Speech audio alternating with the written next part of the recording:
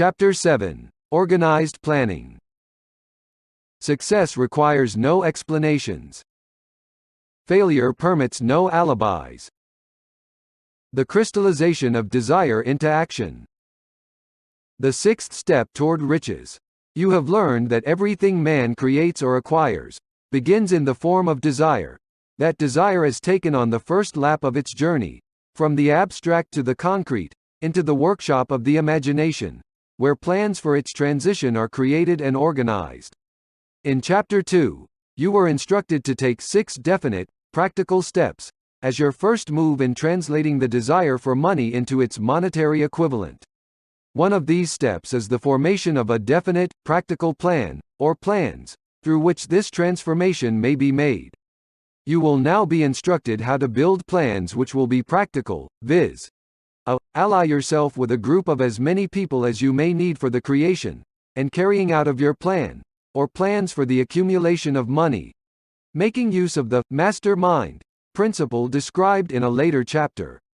Compliance with this instruction is absolutely essential. Do not neglect it. b.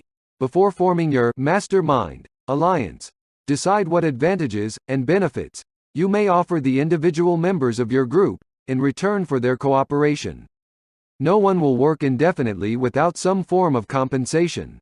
No intelligent person will either request or expect another to work without adequate compensation, although this may not always be in the form of money. c.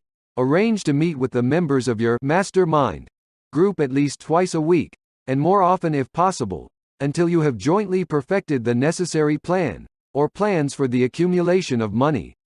d. Maintain perfect harmony between yourself and every member of your mastermind group. If you fail to carry out this instruction to the letter, you may expect to meet with failure. The mastermind principle cannot obtain where perfect harmony does not prevail. Keep in mind these facts. First, you are engaged in an undertaking of major importance to you. To be sure of success, you must have plans which are faultless. Second, you must have the advantage of the experience, education, native ability and imagination of other minds. This is in harmony with the methods followed by every person who has accumulated a great fortune. No individual has sufficient experience, education, native ability, and knowledge to ensure the accumulation of a great fortune, without the cooperation of other people. Every plan you adopt, in your endeavor to accumulate wealth, should be the joint creation of yourself and every other member of your mastermind group.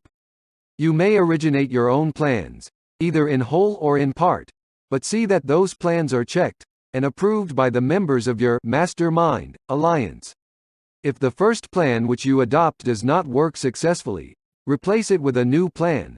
If this new plan fails to work, replace it, in turn with still another, and so on, until you find a plan which does work. Right here is the point at which the majority of men meet with failure, because of their lack of persistence in creating new plans to take the place of those which fail.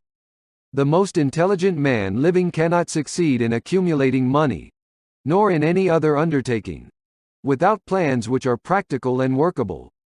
Just keep this fact in mind, and remember when your plans fail, that temporary defeat is not permanent failure.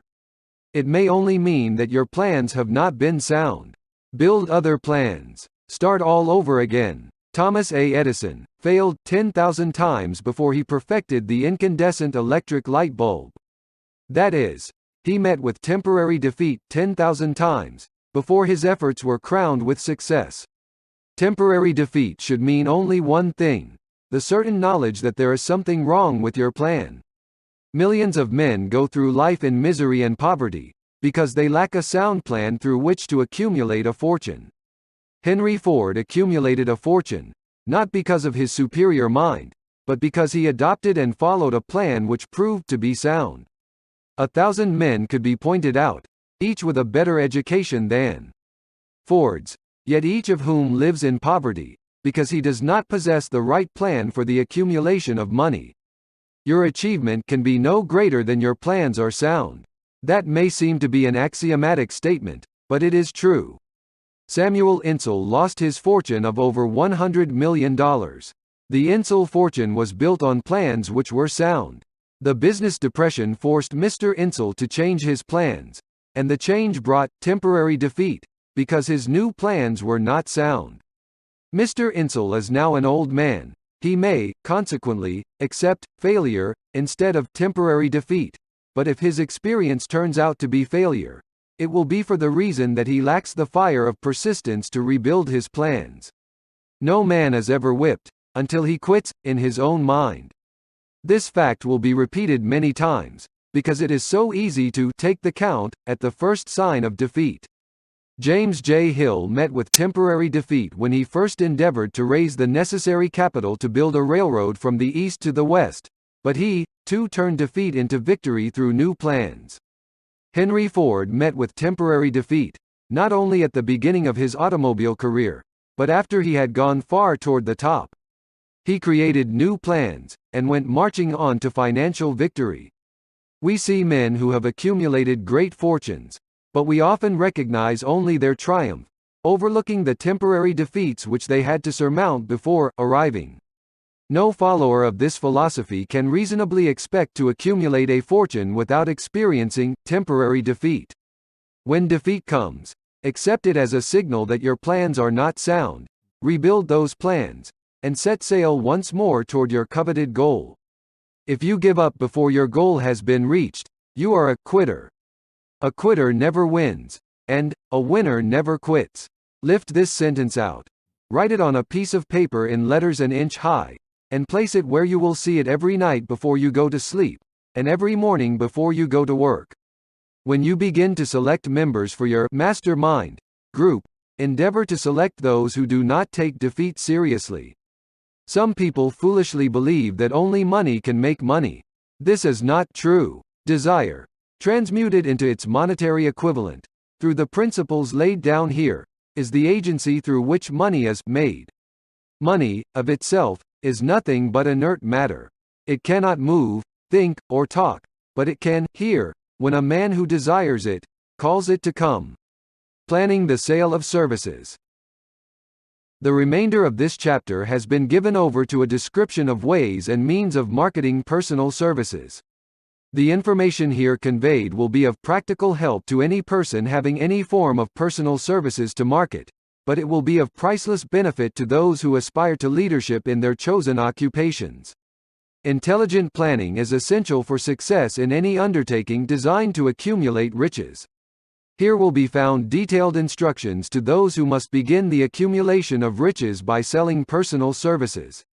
It should be encouraging to know that practically all the great fortunes began in the form of compensation for personal services, or from the sale of ideas. What else, except ideas and personal services, would one not possessed of property have to give in return for riches? Broadly speaking, there are two types of people in the world. One type is known as leaders, and the other as followers. Decide at the outset whether you intend to become a leader in your chosen calling, or remain a follower. The difference in compensation is vast. The follower cannot reasonably expect the compensation to which a leader is entitled, although many followers make the mistake of expecting such pay. It is no disgrace to be a follower. On the other hand, it is no credit to remain a follower. Most great leaders began in the capacity of followers. They became great leaders because they were intelligent followers. With few exceptions, the man who cannot follow a leader intelligently cannot become an efficient leader. The man who can follow a leader most efficiently is usually the man who develops into leadership most rapidly. An intelligent follower has many advantages, among them the opportunity to acquire knowledge from his leader. The major attributes of leadership. The following are important factors of leadership. 1. Unwavering courage based upon knowledge of self, and of one's occupation. No follower wishes to be dominated by a leader who lacks self-confidence and courage. No intelligent follower will be dominated by such a leader very long. 2. Self-control. The man who cannot control himself can never control others. Self-control sets a mighty example for one's followers, which the more intelligent will emulate. 3. A keen sense of justice. Without a sense of fairness and justice, no leader can command and retain the respect of his followers.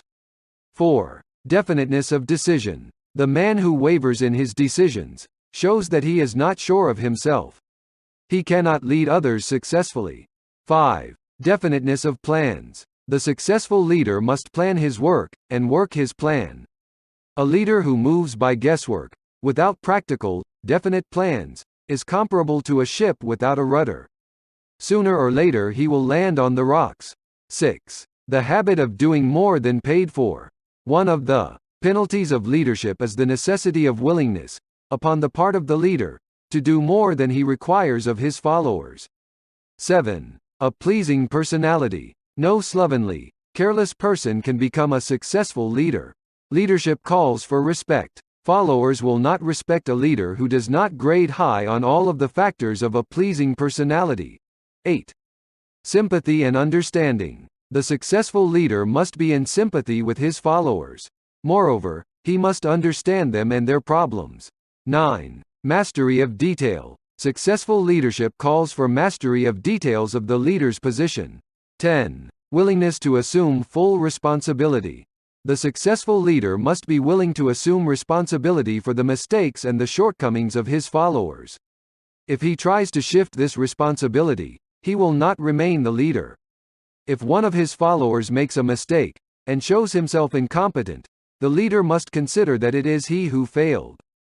11. Cooperation. The successful leader must understand and apply the principle of cooperative effort and be able to induce his followers to do the same. Leadership calls for power, and power calls for cooperation. There are two forms of leadership. The first, and by far the most effective, is leadership by consent of, and with the sympathy of the followers. The second is leadership by force, without the consent and sympathy of the followers. History is filled with evidences that leadership by force cannot endure. The downfall and disappearance of dictators and kings is significant. It means that people will not follow forced leadership indefinitely. The world has just entered a new era of relationship between leaders and followers, which very clearly calls for new leaders, and a new brand of leadership in business and industry. Those who belong to the old school of leadership by force must acquire an understanding of the new brand of leadership, cooperation, or be relegated to the rank and file of the followers. There is no other way out for them. The relationship of employer and employee, or of leader and follower, in the future, will be one of mutual cooperation, based upon an equitable division of the profits of business. In the future, the relationship of employer and employee will be more like a partnership than it has been in the past. Napoleon, Kaiser Wilhelm of Germany, the Tsar of Russia, and the King of Spain were examples of leadership by force. Their leadership passed without much difficulty.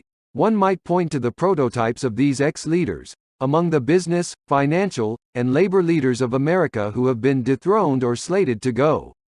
Leadership by consent of the followers is the only brand which can endure. Men may follow the forced leadership temporarily, but they will not do so willingly. The new brand of leadership will embrace the 11 factors of leadership, described in this chapter, as well as some other factors. The man who makes these the basis of his leadership will find abundant opportunity to lead in any walk of life. The Depression was prolonged, largely, because the world lacked leadership of the new brand. At the end of the Depression, the demand for leaders who are competent to apply the new methods of leadership has greatly exceeded the supply. Some of the old type of leaders will reform and adapt themselves to the new brand of leadership, but generally speaking, the world will have to look for new timber for its leadership. This necessity may be your opportunity. The 10 major causes of failure in leadership. We come now to the major faults of leaders who fail, because it is just as essential to know what not to do as it is to know what to do. 1. Inability to organize details. Efficient leadership calls for ability to organize and to master details. No genuine leader is ever too busy to do anything which may be required of him in his capacity as leader. When a man, whether he is a leader or follower, admits that he is too busy to change his plans, or to give attention to any emergency, he admits his inefficiency. The successful leader must be the master of all details connected with his position.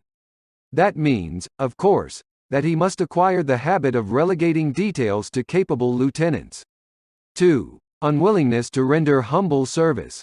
Truly great leaders are willing, when occasion demands, to perform any sort of labor which they would ask another to perform.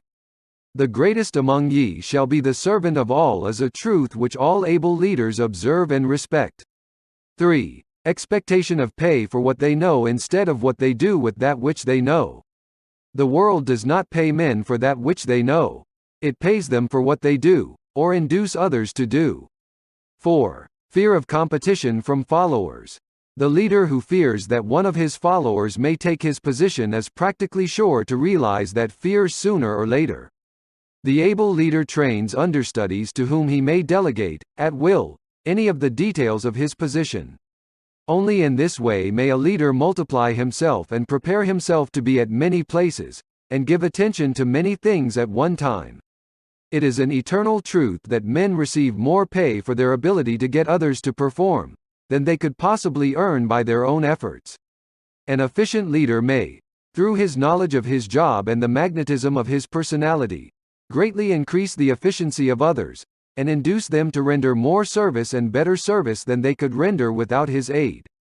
5. Lack of imagination. Without imagination, the leader is incapable of meeting emergencies, and of creating plans by which to guide his followers efficiently. 6. Selfishness. The leader who claims all the honor for the work of his followers is sure to be met by resentment. The really great leader claims none of the honors. He is contented to see the honors, when there are any, go to his followers, because he knows that most men will work harder for commendation and recognition than they will for money alone. 7. Intemperance. Followers do not respect an intemperate leader. Moreover, intemperance in any of its various forms destroys the endurance and the vitality of all who indulge in it. 8. Disloyalty. Perhaps this should have come at the head of the list. The leader who is not loyal to his trust, and to his associates, those above him, and those below him, cannot long maintain his leadership. Disloyalty marks one as being less than the dust of the earth, and brings down on one's head the contempt he deserves. Lack of loyalty is one of the major causes of failure in every walk of life. 9. Emphasis of the authority of leadership. The efficient leader leads by encouraging, and not by trying to instill fear in the hearts of his followers. The leader who tries to impress his followers with his authority comes within the category of leadership through force. If a leader is a real leader, he will have no need to advertise that fact except by his conduct, his sympathy, understanding, fairness, and a demonstration that he knows his job. 10. Emphasis of title. The competent leader requires no title to give him the respect of his followers. The man who makes too much over his title generally has little else to emphasize. The doors to the office of the real leader are open to all who wish to enter, and his working quarters are free from formality or ostentation. These are among the more common of the causes of failure in leadership. Any one of these faults is sufficient to induce failure. Study the list carefully if you aspire to leadership, and make sure that you are free of these faults. Some fertile fields in which new leadership will be required. Before leaving this chapter, your attention is called to a few of the fertile fields in which there has been a decline of leadership, and in which the new type of leader may find an abundance of opportunity.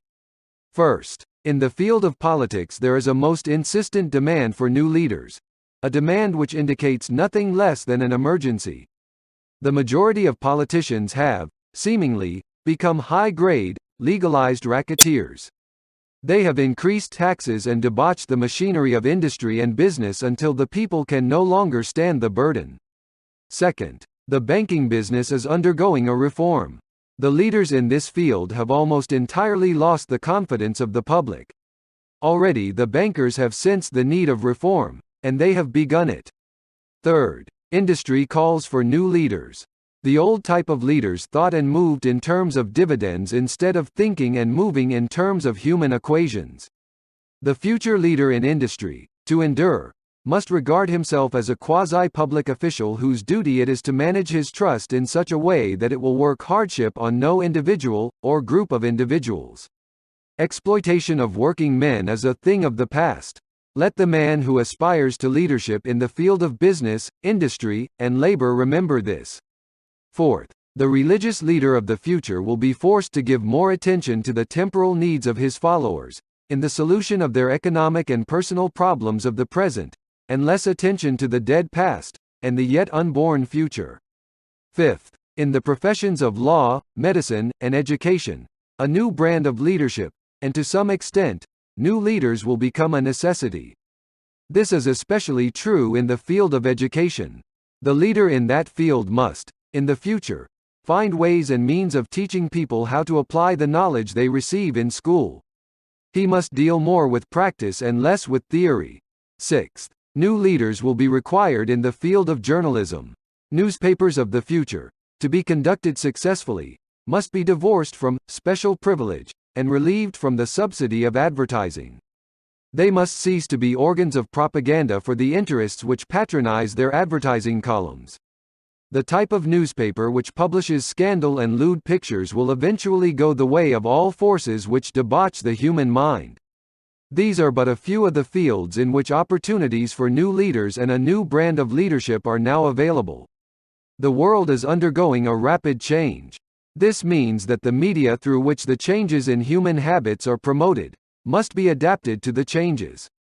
The media here described are the ones which, more than any others, determine the trend of civilization. When and how to apply for a position. The information described here is the net result of many years of experience during which thousands of men and women were helped to market their services effectively. It can, therefore, be relied upon as sound and practical. Media through which services may be marketed. Experience has proved that the following media offer the most direct and effective methods of bringing the buyer and seller of personal services together. 1. Employment bureaus. Care must be taken to select only reputable bureaus, the management of which can show adequate records of achievement of satisfactory results. There are comparatively few such bureaus. 2. Advertising in newspapers, trade journals, magazines, and radio. Classified advertising may usually be relied upon to produce satisfactory results in the case of those who apply for clerical or ordinary salaried positions. Display advertising is more desirable in the case of those who seek executive connections. The copy to appear in the section of the paper which is most apt to come to the attention of the class of employer being sought. The copy should be prepared by an expert, who understands how to inject sufficient selling qualities to produce replies. 3. Personal letters of application, directed to particular firms or individuals most apt to need such services as are being offered. Letters should be neatly typed, always, and signed by hand. With the letter, should be sent a complete, brief, or outline of the applicant's qualifications. Both the letter of application and the brief of experience or qualifications should be prepared by an expert. See instructions as to information to be supplied. 4. Application through personal acquaintances. When possible, the applicant should endeavor to approach prospective employers through some mutual acquaintance. This method of approach is particularly advantageous in the case of those who seek executive connections and do not wish to appear to be peddling themselves. 5. Application in person. In some instances, it may be more effective if the applicant offers personally his services to prospective employers, in which event a complete written statement of qualifications for the position should be presented, for the reason that prospective employers often wish to discuss with associates one's record. Information to be supplied in a written brief. This brief should be prepared as carefully as a lawyer would prepare the brief of a case to be tried in court. Unless the applicant is experienced in the preparation of such briefs, an expert should be consulted, and his services enlisted for this purpose. Successful merchants employ men and women who understand the art and the psychology of advertising to present the merits of their merchandise. One who has personal services for sale should do the same. The following information should appear in the brief. 1. Education. State briefly, but definitely, what schooling you have had, and in what subjects you specialized in school, giving the reasons for that specialization. 2. Experience. If you have had experience in connection with positions similar to the one you seek, describe it fully, state names and addresses of former employers. Be sure to bring out clearly any special experience you may have had which would equip you to fill the position you seek. 3. References. Practically every business firm desires to know all about the previous records, antecedents, etc., of prospective employees who seek positions of responsibility. Attach to your brief photostatic copies of letters from a. Former employers, b. Teachers under whom you studied, c. Prominent people whose judgment may be relied upon. 4. Photograph of self. Attach to your brief a recent, unmounted photograph of yourself. 5. Apply for a specific position. Avoid application for a position without describing exactly what particular position you seek. Never apply for just a position. That indicates you lack specialized qualifications. 6. State your qualifications for the particular position for which you apply. Give full details as to the reason you believe you are qualified for the particular position you seek. This is the most important detail of your application. It will determine, more than anything else, what consideration you receive. 7. Offer to go to work on probation. In the majority of instances, if you are determined to have the position for which you apply, it will be most effective if you offer to work for a week, or a month, or for a sufficient length of time to enable your prospective employer to judge your value without pay. This may appear to be a radical suggestion, but experience has proved that it seldom fails to win at least a trial. If you are sure of your qualifications, a trial is all you need. Incidentally, such an offer indicates that you have confidence in your ability to fill the position you seek. It is most convincing. If your offer is accepted, and you make good, more than likely you will be paid for your probation period. Make clear the fact that your offer is based upon a. Your confidence in your ability to fill the position, b. Your confidence in your prospective employer's decision to employ you after trial, c. Your determination to have the position you seek. 8. Knowledge of your prospective employer's business. Before applying for a position, do sufficient research in connection with the business to familiarize yourself thoroughly with that business, and indicate in your brief the knowledge you have acquired in this field. This will be impressive, as it will indicate that you have imagination, and a real interest in the position you seek. Remember that it is not the lawyer who knows the most law, but the one who best prepares his case, who wins. If your case is properly prepared and presented, your victory will have been more than half won at the outset. Do not be afraid of making your brief too long. Employers are just as much interested in purchasing the services of well-qualified applicants as you are in securing employment. In fact, the success of most successful employers is due, in the main, to their ability to select well-qualified lieutenants. They want all the information available. Remember another thing. Neatness in the preparation of your brief will indicate that you are a painstaking person. I have helped to prepare briefs for clients which were so striking and out of the ordinary that they resulted in the employment of the applicant without a personal interview. When your brief has been completed, have it neatly bound by an experienced binder, and lettered by an artist, or printer similar to the following. Brief of the qualifications of Robert K. Smith. Applying for the position of Private Secretary to the President of the Blank Company, Inc. Change names each time brief is shown. This personal touch is sure to command attention. Have your brief neatly typed or mimeographed on the finest paper you can obtain, and bound with a heavy paper of the book cover variety. The binder to be changed, and the proper firm name to be inserted if it is to be shown to more than one company. Your photograph should be pasted on one of the pages of your brief. Follow these instructions to the letter, improving upon them wherever your imagination suggests. Successful salesmen groom themselves with care. They understand that first impressions are lasting. Your brief is your salesman. Give it a good suit of clothes, so it will stand out in bold contrast to anything your prospective employer ever saw, in the way of an application for a position. If the position you seek is worth having, it is worth going after with care. Moreover, if you sell yourself to an employer in a manner that impresses him with your individuality, you probably will receive more money for your services from the very start than you would if you applied for employment in the usual conventional way. If you seek employment through an advertising agency, or an employment agency, have the agent use copies of your brief in marketing your services. This will help to gain preference for you, both with the agent and the prospective employers. How to get the exact position you desire. Everyone enjoys doing the kind of work for which he is best suited.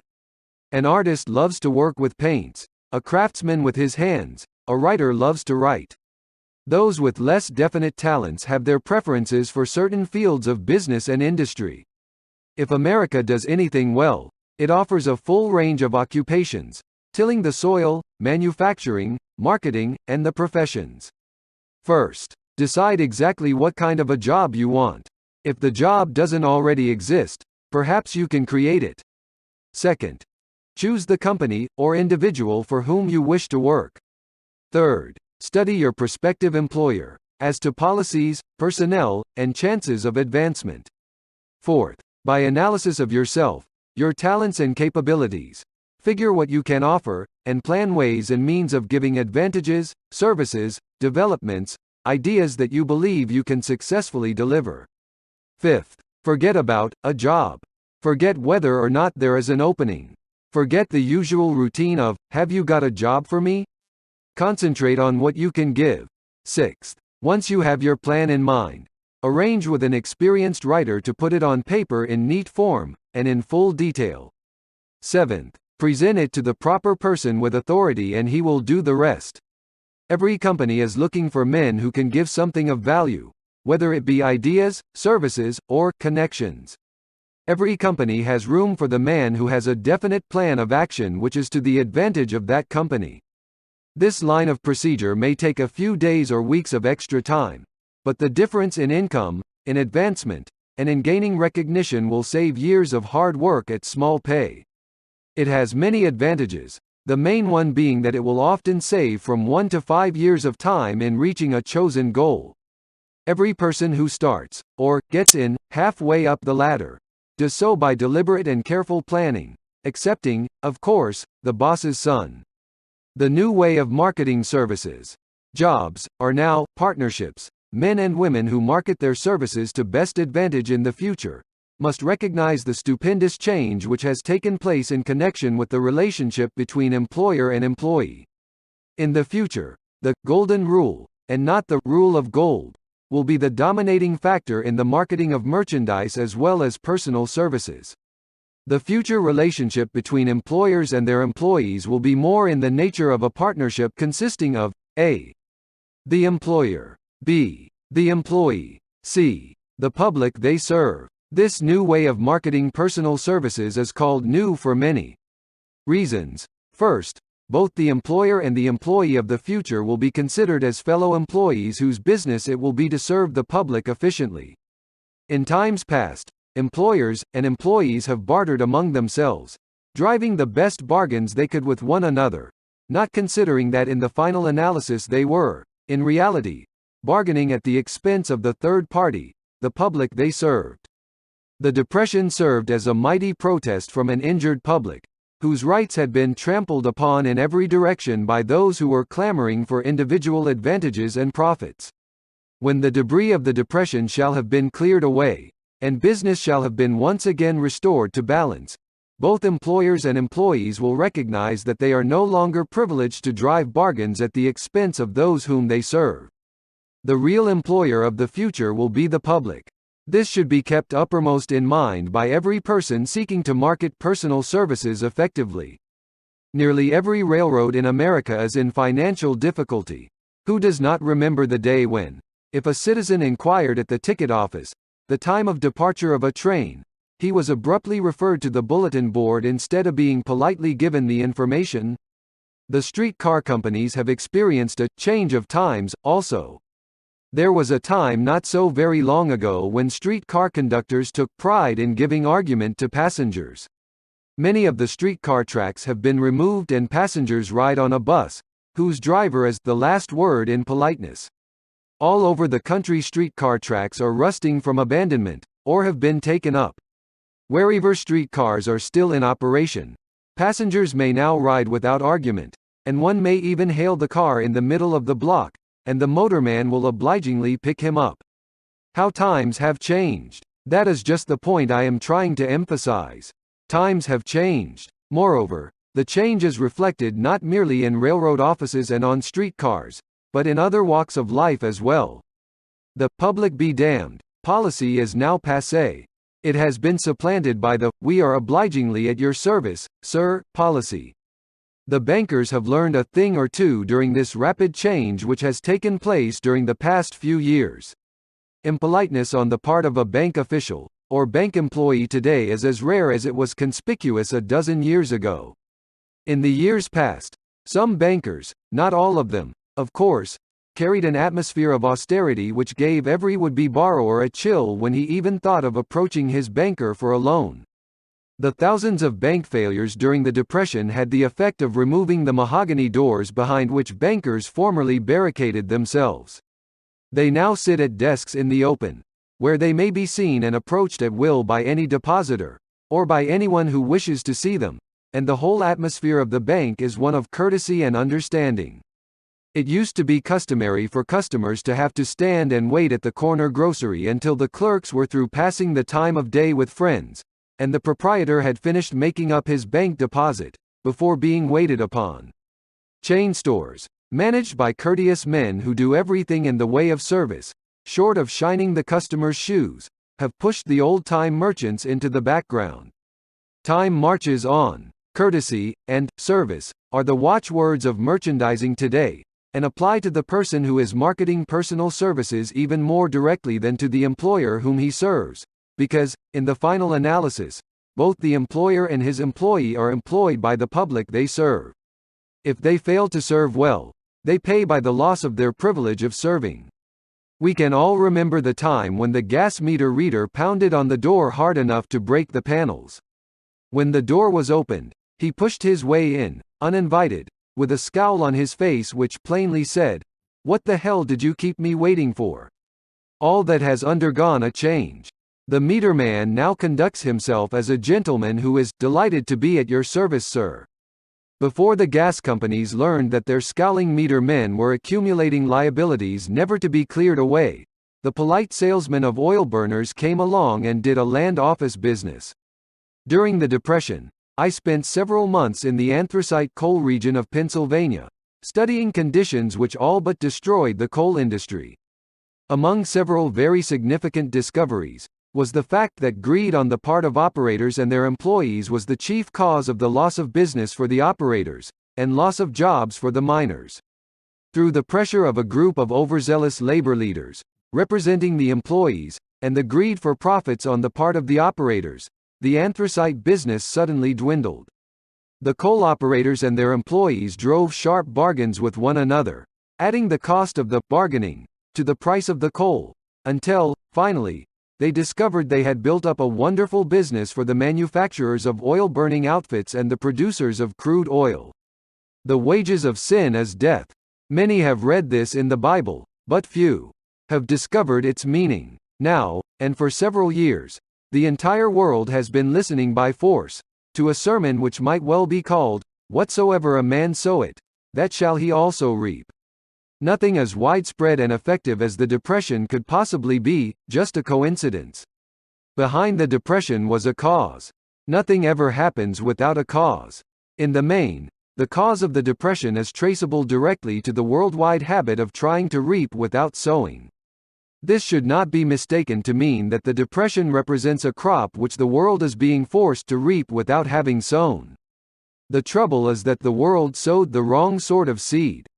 Any farmer knows he cannot sow the seed of thistles, and reap a harvest of grain. Beginning at the outbreak of the World War, the people of the world began to sow the seed of service inadequate in both quality and quantity. Nearly everyone was engaged in the pastime of trying to get without giving. These illustrations are brought to the attention of those who have personal services to market, to show that we are where we are, and what we are, because of our own conduct. If there is a principle of cause and effect, which controls business, finance, and transportation, this same principle controls individuals and determines their economic status. What is your QQS rating? The causes of success in marketing services effectively and permanently have been clearly described.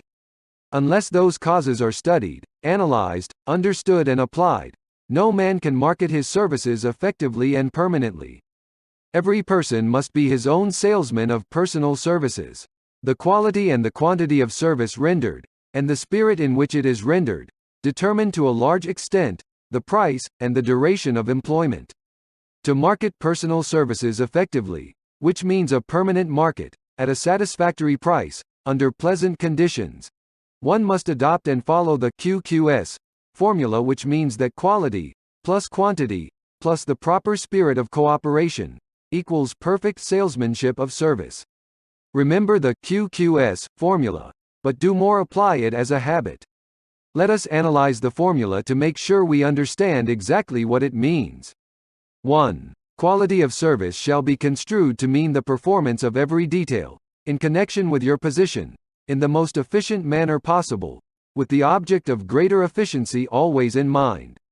2. Quantity of service shall be understood to mean the habit of rendering all the service of which you are capable, at all times, with the purpose of increasing the amount of service rendered as greater skill is developed through practice and experience. Emphasis is again placed on the word habit. 3. Spirit of service shall be construed to mean the habit of agreeable, harmonious conduct which will induce cooperation from associates and fellow employees. Adequacy of quality and quantity of service is not sufficient to maintain a permanent market for your services. The conduct, or the spirit in which you deliver service, is a strong determining factor in connection with both the price you receive and the duration of employment. Andrew Carnegie stressed this point more than others in connection with his description of the factors which lead to success in the marketing of personal services. He emphasized again, and again, the necessity for harmonious conduct. He stressed the fact that he would not retain any man, no matter how great a quantity, or how efficient the quality of his work, unless he worked in a spirit of harmony. Mr. Carnegie insisted upon men being agreeable. To prove that he placed a high value upon this quality, he permitted many men who conformed to his standards to become very wealthy. Those who did not conform had to make room for others. The importance of a pleasing personality has been stressed, because it is a factor which enables one to render service in the proper spirit. If one has a personality which pleases, and renders service in a spirit of harmony, these assets often make up for deficiencies in both the quality and the quantity of service one renders. Nothing, however, can be successfully substituted for pleasing conduct. The capital value of your services. The person whose income is derived entirely from the sale of personal services is no less a merchant than the man who sells commodities, and it might well be added, such a person is subject to exactly the same rules of conduct as the merchant who sells merchandise. This has been emphasized, because the majority of people who live by the sale of personal services make the mistake of considering themselves free from the rules of conduct, and the responsibilities attached to those who are engaged in marketing commodities. The new way of marketing services has practically forced both employer and employee into partnership alliances, through which both take into consideration the rights of the third party, the public they serve. The day of the go-getter has passed. He has been supplanted by the go-giver. High-pressure methods in business finally blew the lid off. There will never be the need to put the lid back on, because, in the future, business will be conducted by methods that will require no pressure. The actual capital value of your brains may be determined by the amount of income you can produce by marketing your services. A fair estimate of the capital value of your services may be made by multiplying your annual income by 16 2/3, as it is reasonable to estimate that your annual income represents 6% of your capital value. Money rents for 6% per annum. Money is worth no more than brains. It is often worth much less. Competent brains, if effectively marketed, represent a much more desirable form of capital than that which is required to conduct a business dealing in commodities, because brains are a form of capital which cannot be permanently depreciated through depressions, nor can this form of capital be stolen or spent. Moreover, the money which is essential for the conduct of business is as worthless as a sand dune, until it has been mixed with efficient brains. The 30 major causes of failure. How many of these are holding you back? Life's greatest tragedy consists of men and women who earnestly try, and fail. The tragedy lies in the overwhelmingly large majority of people who fail, as compared to the few who succeed. I have had the privilege of analyzing several thousand men and women, 98% of whom were classed as failures. There is something radically wrong with a civilization, and a system of education, which permit 98% of the people to go through life as failures. But I did not write this book for the purpose of moralizing on the rights and wrongs of the world. That would require a book 100 times the size of this one. My analysis work proved that there are 30 major reasons for failure, and 13 major principles through which people accumulate fortunes. In this chapter, a description of the 30 major causes of failure will be given. As you go over the list, check yourself by it, point by point, for the purpose of discovering how many of these causes of failure stand between you and success. 1. Unfavorable hereditary background. There is but little, if anything, which can be done for people who are born with a deficiency in brain power. This philosophy offers but one method of bridging this weakness through the aid of the master mind. Observe with profit, however, that this is the only one of the 30 causes of failure which may not be easily corrected by any individual. 2. Lack of a well-defined purpose in life. There is no hope of success for the person who does not have a central purpose, or definite goal at which to aim. 98 out of every 100 of those whom I have analyzed had no such aim. Perhaps this was the major cause of their failure. 3. Lack of ambition to aim above mediocrity. We offer no hope for the person who is so indifferent as not to want to get ahead in life, and who is not willing to pay the price. 4. Insufficient education. This is a handicap which may be overcome with comparative ease. Experience has proven that the best educated people are often those who are known as self-made, or self-educated. It takes more than a college degree to make one a person of education. Any person who is educated is one who has learned to get whatever he wants in life without violating the rights of others. Education consists, not so much of knowledge, but of knowledge effectively and persistently applied. Men are paid, not merely for what they know, but more particularly for what they do with that which they know. 5. Lack of self-discipline. Discipline comes through self-control. This means that one must control all negative qualities. Before you can control conditions, you must first control yourself. Self-mastery is the hardest job you will ever tackle. If you do not conquer self, you will be conquered by self. You may see at one and the same time both your best friend and your greatest enemy, by stepping in front of a mirror. 6. Ill health. No person may enjoy outstanding success without good health. Many of the causes of ill health are subject to mastery and control. These, in the main are a. Overeating of foods not conducive to health. b. Wrong habits of thought, giving expression to negatives. c. Wrong use of, and overindulgence in sex. d. Lack of proper physical exercise. e. An inadequate supply of fresh air, due to improper breathing. 7. Unfavorable environmental influences during childhood. As the twig is bent, so shall the tree grow. Most people who have criminal tendencies acquire them as the result of bad environment, and improper associates during childhood. 8. Procrastination. This is one of the most common causes of failure. Old man procrastination stands within the shadow of every human being, waiting his opportunity to spoil one's chances of success. Most of us go through life as failures, because we are waiting for the time to be right to start doing something worthwhile. Do not wait. The time will never be just right. Start where you stand, and work with whatever tools you may have at your command, and better tools will be found as you go along. 9. Lack of persistence. Most of us are good starters but poor finishers of everything we begin. Moreover, people are prone to give up at the first signs of defeat. There is no substitute for persistence. The person who makes persistence his watchword discovers that old man failure finally becomes tired, and makes his departure. Failure cannot cope with persistence. 10. Negative personality. There is no hope of success for the person who repels people through a negative personality. Success comes through the application of power, and power is attained through the cooperative efforts of other people.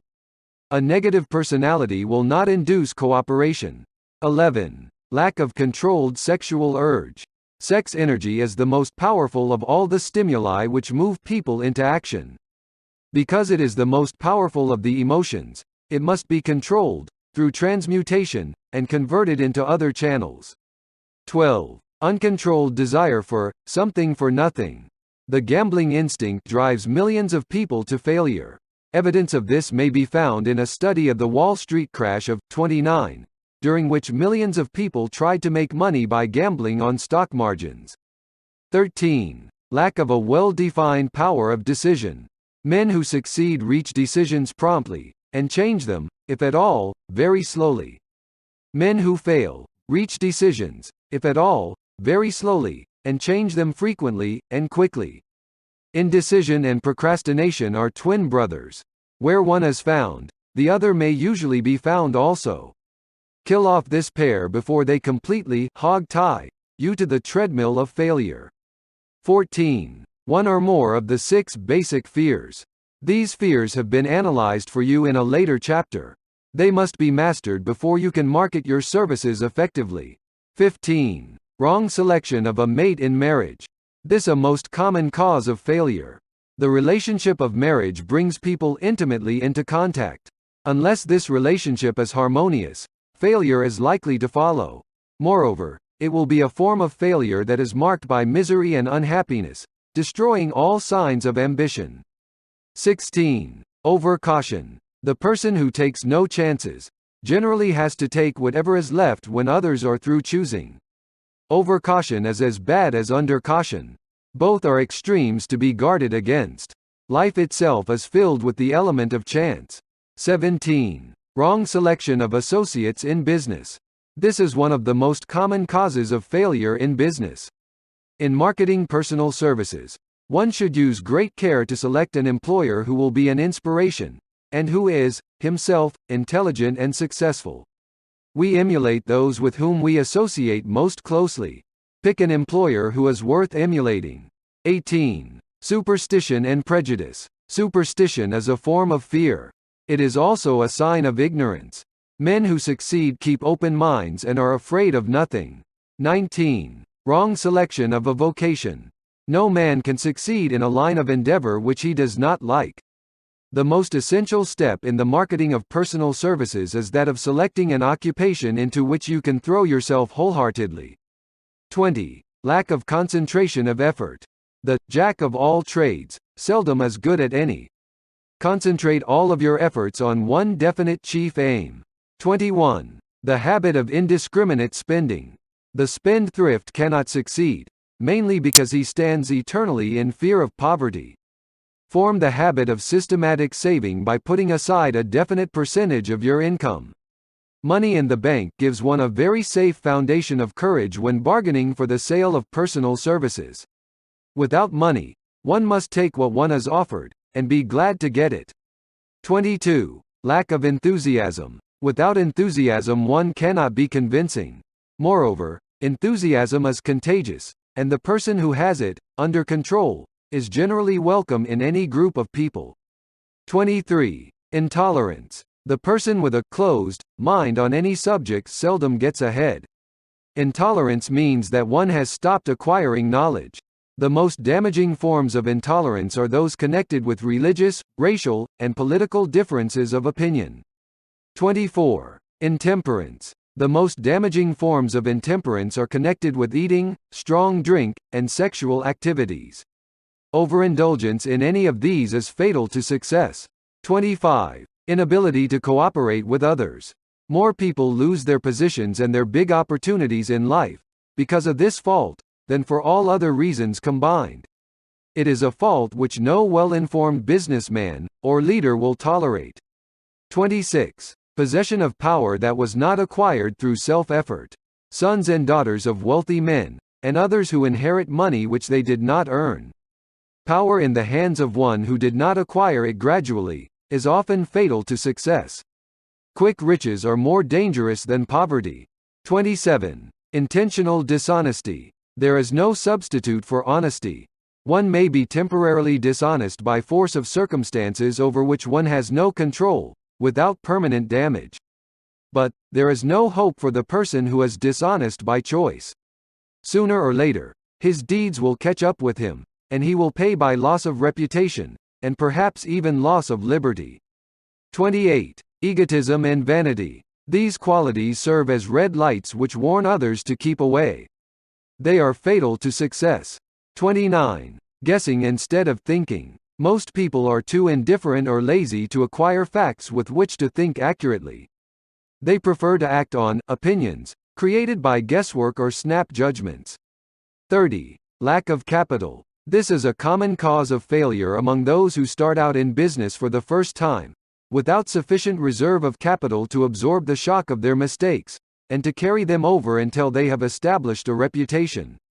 31. Under this, name any particular cause of failure from which you have suffered that has not been included in the foregoing list. In these 30 major causes of failure is found a description of the tragedy of life, which obtains for practically every person who tries and fails. It will be helpful if you can induce someone who knows you well to go over this list with you, and help to analyze you by the 30 causes of failure. It may be beneficial if you try this alone. Most people cannot see themselves as others see them. You may be one who cannot. The oldest of admonitions is, "Man, know thyself." If you market merchandise successfully, you must know the merchandise. The same is true in marketing personal services. You should know all of your weaknesses in order that you may either bridge them or eliminate them entirely. You should know your strength in order that you may call attention to it when selling your services. You can know yourself only through accurate analysis. The folly of ignorance in connection with self was displayed by a young man who applied to the manager of a well-known business for a position. He made a very good impression until the manager asked him what salary he expected. He replied that he had no fixed sum in mind, lack of a definite aim. The manager then said, "We will pay you all you are worth, after we try you out for a week." "I will not accept it," the applicant replied, "because I am getting more than that where I am now employed."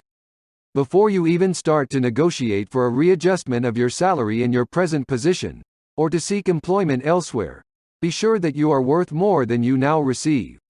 It is one thing to want money. Everyone wants more, but it is something entirely different to be worth more. Many people mistake their wants for their just dues.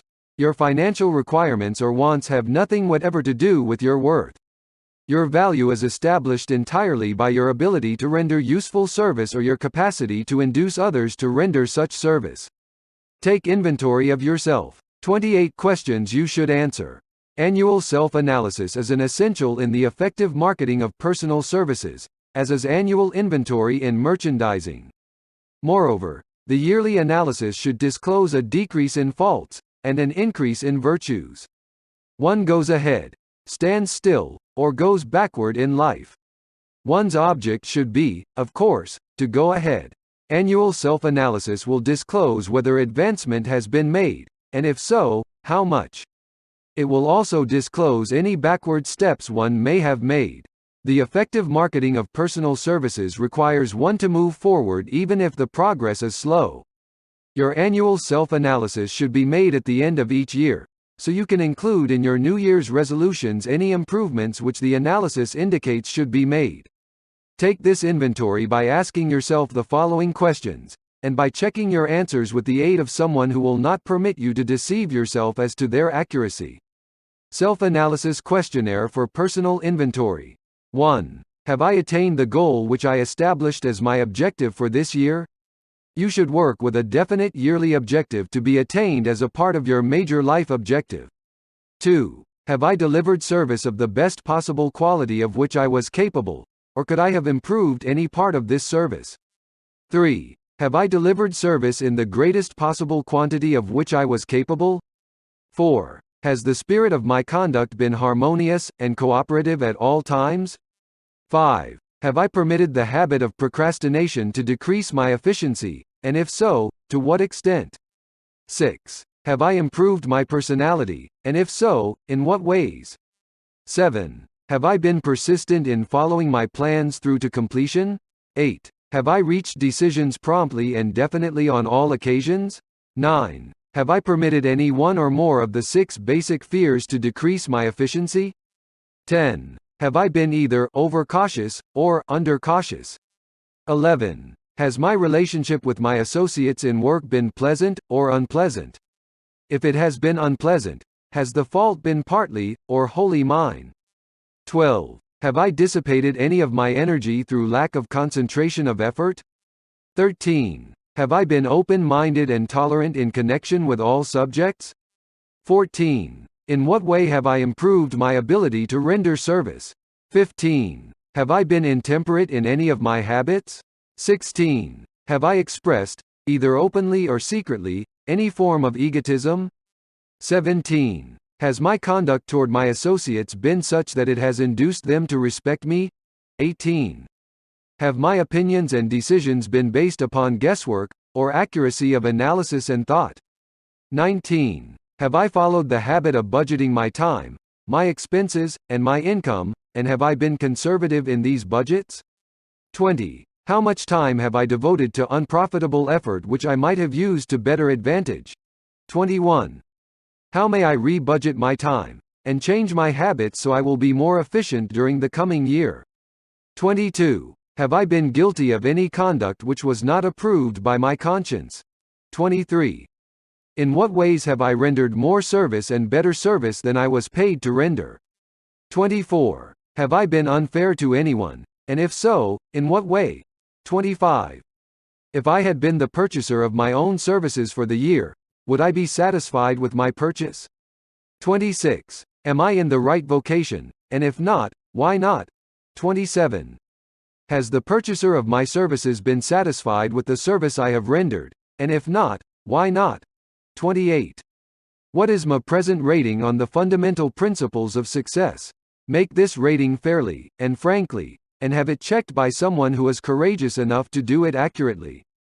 Having read and assimilated the information conveyed through this chapter, you are now ready to create a practical plan for marketing your personal services. In this chapter will be found an adequate description of every principle essential in planning the sale of personal services, including the major attributes of leadership, the most common causes of failure in leadership, a description of the fields of opportunity for leadership, the main causes of failure in all walks of life, and the important questions which should be used in self-analysis. This extensive and detailed presentation of accurate information has been included, because it will be needed by all who must begin the accumulation of riches by marketing personal services. Those who have lost their fortunes, and those who are just beginning to earn money, have nothing but personal services to offer in return for riches. Therefore it is essential that they have available the practical information needed to market services to best advantage. The information contained in this chapter will be of great value to all who aspire to attain leadership in any calling. It will be particularly helpful to those aiming to market their services as business or industrial executives. Complete assimilation and understanding of the information here conveyed will be helpful in marketing one's own services, and it will also help one to become more analytical and capable of judging people. The information will be priceless to personnel directors, employment managers, and other executives charged with the selection of employees, and the maintenance of efficient organizations. If you doubt this statement, test its soundness by answering and writing the 28 self-analysis questions. That might be both interesting and profitable, even though you do not doubt the soundness of the statement.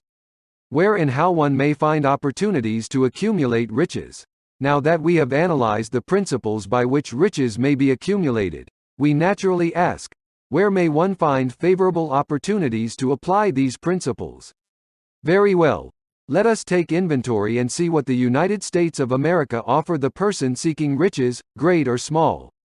To begin with, let us remember, all of us, that we live in a country where every law-abiding citizen enjoys freedom of thought and freedom of deed unequaled anywhere in the world.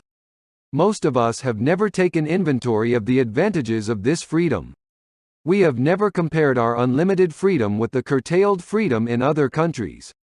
Here we have freedom of thought, freedom in the choice and enjoyment of education, freedom in religion, freedom in politics, freedom in the choice of a business, profession or occupation, freedom to accumulate and own without molestation, all the property we can accumulate, freedom to choose our place of residence, freedom in marriage, freedom through equal opportunity to all races, freedom of travel from one state to another, freedom in our choice of foods, and freedom to aim for any station in life for which we have prepared ourselves, even for the presidency of the United States. We have other forms of freedom, but this list will give a bird's eye view of the most important, which constitute opportunity of the highest order. This advantage of freedom is all the more conspicuous because the United States is the only country guaranteeing to every citizen, whether native-born or naturalized, so broad and varied a list of freedom. Next, let us recount some of the blessings which our widespread freedom has placed within our hands. Take the average American family for example, meaning, the family of average income, and sum up the benefits available to every member of the family, in this land of opportunity and plenty. Food. Next to freedom of thought and deed comes food, clothing, and shelter, the three basic necessities of life.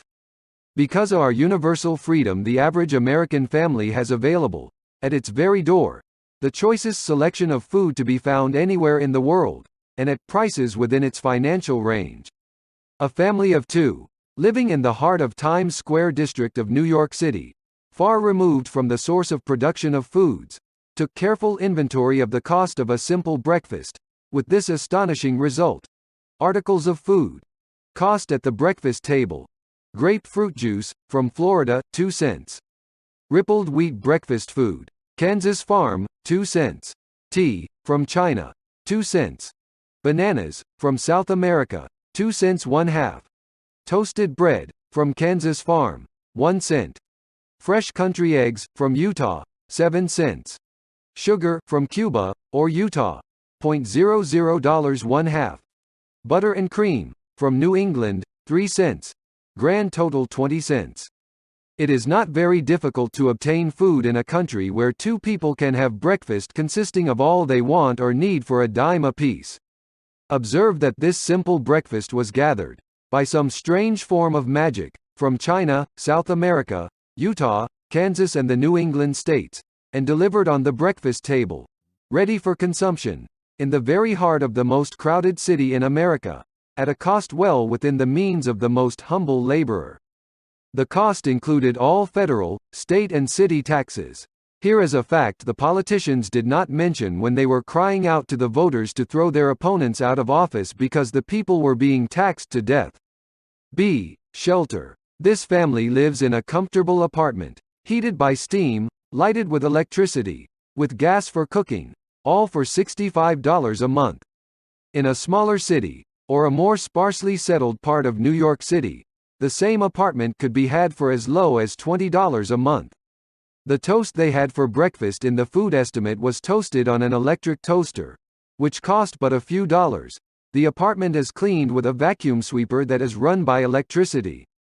Hot and cold water is available, at all times, in the kitchen and the bathroom. The food is kept cool in a refrigerator that is run by electricity. The wife curls her hair, washes her clothes and irons them with easily operated electrical equipment, on power obtained by sticking a plug in the wall. The husband shaves with an electric shaver, and they receive entertainment from all over the world, 24 hours a day, if they want it, without cost, by merely turning the dial of their radio.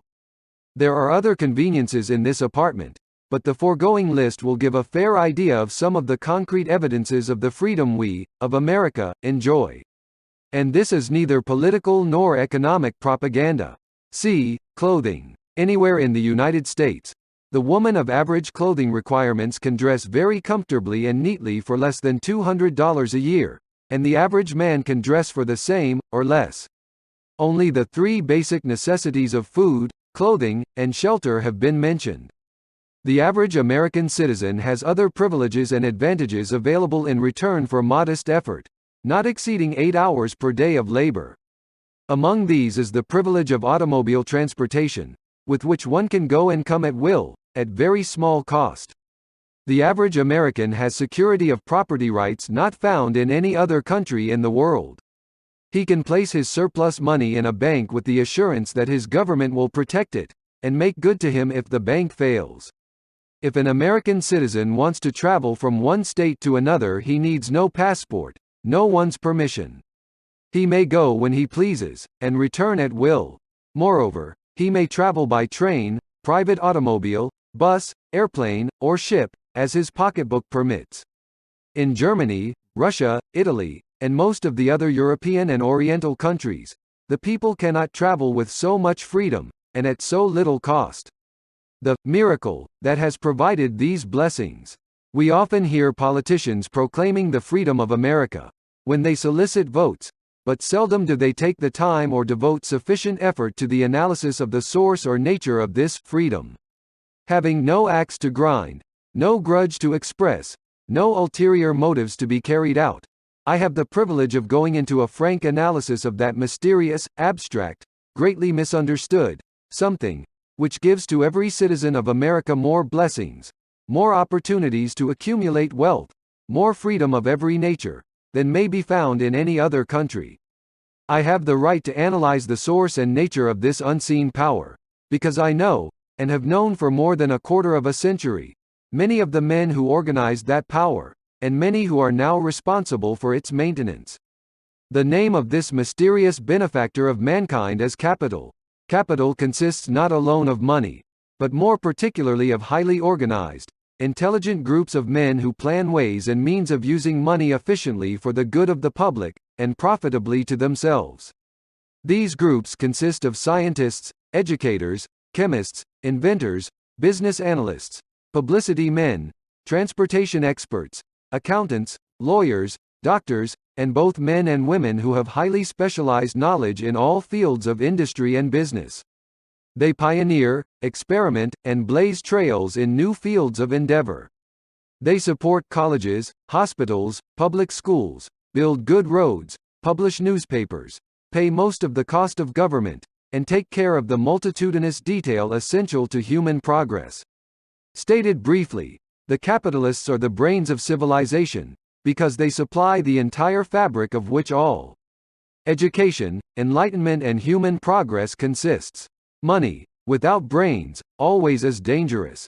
Properly used, it is the most important essential of civilization. The simple breakfast here described could not have been delivered to the New York family at a dime each, or at any other price, if organized capital had not provided the machinery, the ships, the railroads, and the huge armies of trained men to operate them. Some slight idea of the importance of organized capital may be had by trying to imagine yourself burdened with the responsibility of collecting, without the aid of capital, and delivering to the New York City family, the simple breakfast described. To supply the tea, you would have to make a trip to China or India, both a very long way from America. Unless you are an excellent swimmer, you would become rather tired before making the round trip. Then, too, another problem would confront you. What would you use for money, even if you had the physical endurance to swim the ocean? To supply the sugar, you would have to take another long swim to Cuba, or a long walk to the sugar beet section of Utah. But even then, you might come back without the sugar, because organized effort and money are necessary to produce sugar, to say nothing of what is required to refine, transport, and deliver it to the breakfast table anywhere in the United States. The eggs, you could deliver easily enough from the barnyards near New York City, but you would have a very long walk to Florida and return, before you could serve the 2 glasses of grapefruit juice. You would have another long walk, to Kansas, or one of the other wheat-growing states, when you went after the 4 slices of wheat bread. The rippled wheat biscuits would have to be omitted from the menu, because they would not be available except through the labor of a trained organization of men and suitable machinery, all of which call for capital. While resting, you could take off for another little swim down to South America, where you would pick up a couple of bananas, and on your return, you could take a short walk to the nearest farm having a dairy and pick up some butter and cream.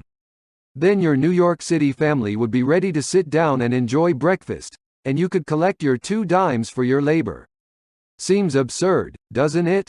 Well, the procedure described would be the only possible way these simple items of food could be delivered to the heart of New York City, if we had no capitalistic system. The sum of money required for the building and maintenance of the railroads and steamships used in the delivery of that simple breakfast is so huge that it staggers one's imagination. It runs into hundreds of millions of dollars, not to mention the armies of trained employees required to man the ships and trains. But transportation is only a part of the requirements of modern civilization in capitalistic America. Before there can be anything to haul, something must be grown from the ground, or manufactured and prepared for market. This calls for more millions of dollars for equipment, machinery, boxing, marketing, and for the wages of millions of men and women. Steamships and railroads do not spring up from the earth and function automatically. They come in response to the call of civilization, through the labor and ingenuity and organizing ability of men who have imagination, faith, enthusiasm, decision, persistence. These men are known as capitalists. They are motivated by the desire to build, construct, achieve, render useful service, earn profits and accumulate riches. And, because they render service without which there would be no civilization, they put themselves in the way of great riches. Just to keep the record simple and understandable, I will add that these capitalists are the selfsame men of whom most of us have heard soapbox orators speak. They are the same men to whom radicals, racketeers, dishonest politicians and grafting labor leaders refer as the predatory interests, or Wall Street. I am not attempting to present a brief for or against any group of men or any system of economics. I am not attempting to condemn collective bargaining when I refer to grafting labor leaders, nor do I aim to give a clean bill of health to all individuals known as capitalists. The purpose of this book, a purpose to which I have faithfully devoted over a quarter of a century, is to present to all who want the knowledge, the most dependable philosophy through which individuals may accumulate riches in whatever amounts they desire. I have here analyzed the economic advantages of the capitalistic system for the twofold purpose of showing, 1. That all who seek riches must recognize and adapt themselves to the system that controls all approaches to fortunes, large or small, and 2. To present the side of the picture opposite to that being shown by politicians and demagogues who deliberately becloud the issues they bring up, by referring to organized capital as if it were something poisonous. This is a capitalistic country. It was developed through the use of capital, and we who claim the right to partake of the blessings of freedom and opportunity, we who seek to accumulate riches here, may as well know that neither riches nor opportunity would be available to us if organized capital had not provided these benefits. For more than 20 years it has been a somewhat popular and growing pastime for radicals, self-seeking politicians, racketeers, crooked labor leaders, and on occasion religious leaders, to take potshots at Wall Street, the money changers, and big business. The practice became so general that we witnessed during the business depression the unbelievable sight of high government officials lining up with the cheap politicians and labor leaders, with the openly avowed purpose of throttling the system which has made industrial America the richest country on earth. The lineup was so general and so well organized that it prolonged the worst depression America has ever known.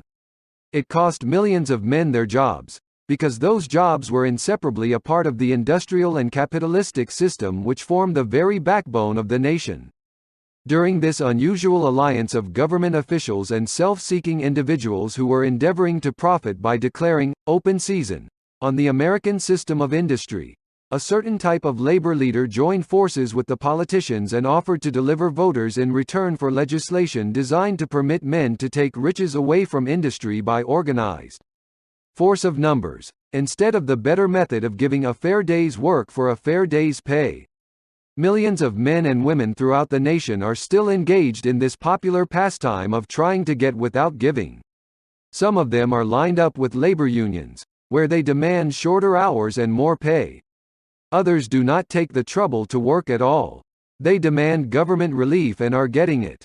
Their idea of their rights of freedom was demonstrated in New York City, where violent complaint was registered with the postmaster by a group of relief beneficiaries, because the postman awakened them at 7:30 a.m. to deliver government relief checks.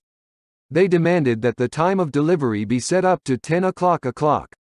If you are one of those who believe that riches can be accumulated by the mere act of men who organize themselves into groups and demand more pay for less service, if you are one of those who demand government relief without early morning disturbance when the money is delivered to you, if you are one of those who believe in trading their votes to politicians in return for the passing of laws which permit the raiding of the public treasury, you may rest securely on your belief, with certain knowledge that no one will disturb you.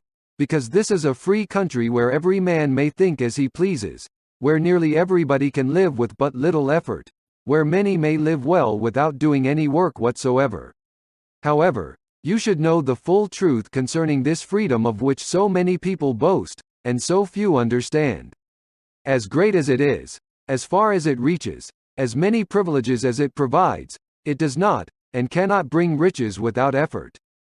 There is but one dependable method of accumulating, and legally holding riches, and that is by rendering useful service. No system has ever been created by which men can legally acquire riches through mere force of numbers, or without giving in return an equivalent value of one form or another. There is a principle known as the law of economics. This is more than a theory. It is a law no man can beat. Mark well the name of the principle, and remember it, because it is far more powerful than all the politicians and political machines. It is above and beyond the control of all the labor unions. It cannot be swayed, nor influenced nor bribed by racketeers or self-appointed leaders in any calling. Moreover, it has an all-seeing eye, and a perfect system of bookkeeping, in which it keeps an accurate account of the transactions of every human being engaged in the business of trying to get without giving.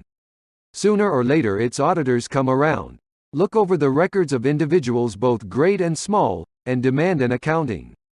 Wall Street, big business, capital predatory interests, or whatever name you choose to give the system which has given us American freedom, represents a group of men who understand, respect, and adapt themselves to this powerful law of economics. Their financial continuation depends upon their respecting the law. Most people living in America like this country, its capitalistic system and all. I must confess I know of no better country, where one may find greater opportunities to accumulate riches. Judging by their acts and deeds, there are some in this country who do not like it. That, of course, is their privilege. If they do not like this country, its capitalistic system, its boundless opportunities, they have the privilege of clearing out. Always there are other countries, such as Germany, Russia, and Italy, where one may try one's hand at enjoying freedom, and accumulating riches providing one is not too particular. America provides all the freedom and all the opportunity to accumulate riches that any honest person may require. When one goes hunting for game, one selects hunting grounds where game is plentiful. When seeking riches, the same rule would naturally obtain. If it is riches you are seeking, do not overlook the possibilities of a country whose citizens are so rich that women, alone, spend over $200 million annually for lipsticks, rouge and cosmetics. Think twice, you who are seeking riches, before trying to destroy the capitalistic system of a country whose citizens spend over $50 million a year for greeting cards, with which to express their appreciation of their freedom. If it is money you are seeking, consider carefully a country that spends hundreds of millions of dollars annually for cigarettes, the bulk of the income from which goes to only 4 major companies engaged in supplying this national builder of nonchalance and quiet nerves. By all means give plenty of consideration to a country whose people spend annually more than $15 million for the privilege of seeing moving pictures, and toss in a few additional millions for liquor, narcotics, and other less potent soft drinks and giggle waters. Do not be in too big a hurry to get away from a country whose people willingly, even eagerly, hand over millions of dollars annually for football, baseball, and prize fights. And, by all means, stick by a country whose inhabitants give up more than $1 million a year for chewing gum, and another $1 million for safety razor blades. Remember, also, that this is but the beginning of the available sources for the accumulation of wealth. Only a few of the luxuries and non-essentials have been mentioned. But, remember that the business of producing, transporting, and marketing these few items of merchandise gives regular employment to many millions of men and women, who receive for their services many millions of dollars monthly, and spend it freely for both the luxuries and the necessities. Especially remember that back of all this exchange of merchandise and personal services may be found an abundance of opportunity to accumulate riches. Here our American freedom comes to one's aid. There is nothing to stop you, or anyone from engaging in any portion of the effort necessary to carry on these businesses. If one has superior talent, training, experience, one may accumulate riches in large amounts. Those not so fortunate may accumulate smaller amounts. Anyone may earn a living in return for a very nominal amount of labor. So, there you are. Opportunity has spread its wares before you. Step up to the front. Select what you want. Create your plan, put the plan into action, and follow through with persistence. Capitalistic America will do the rest. You can depend upon this much. Capitalistic America ensures every person the opportunity to render useful service, and to collect riches in proportion to the value of the service. The system denies no one this right, but it does not, and cannot promise something for nothing, because the system, itself, is irrevocably controlled by the law of economics, which neither recognizes nor tolerates for long getting without giving. The law of economics was passed by nature. There is no Supreme Court to which violators of this law may appeal. The law hands out both penalties for its violation, and appropriate rewards for its observance, without interference or the possibility of interference by any human being. The law cannot be repealed. It is as fixed as the stars in the heavens, and subject to, and a part of the same system that controls the stars. May one refuse to adapt one's self to the law of economics? Certainly. This is a free country, where all men are born with equal rights, including the privilege of ignoring the law of economics. What happens then? Well, nothing happens until large numbers of men join forces for the avowed purpose of ignoring the law, and taking what they want by force. Then comes the dictator, with well-organized firing squads and machine guns. We have not yet reached that stage in America, but we have heard all we want to know about how the system works. Perhaps we shall be fortunate enough not to demand personal knowledge of so gruesome a reality.